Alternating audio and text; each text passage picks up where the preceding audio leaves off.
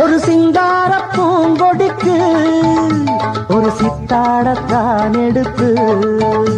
அவ சில்லுன்னு சிரிக்கையிலே வெள்ளி கொலு செதுக்கு கண்ணாலே சம்மதம் சொன்னா கைய பிடிச்சா ஒத்துக்குவா கல்யாணம் பண்ணணும் வைக்கப்படுவா வேறேதும் சங்கடம் இல்ல சங்கதி எல்லாம் கத்துக்குவா விட்டு விலகி நின்னா கட்டி பிடிப்பா வெட்ட வெளியில் ஒரு மெத்த விரிச்ச பொட்டு மலர தொட்டு பறிச்ச மெல்ல சிரிச்சா கடவீதி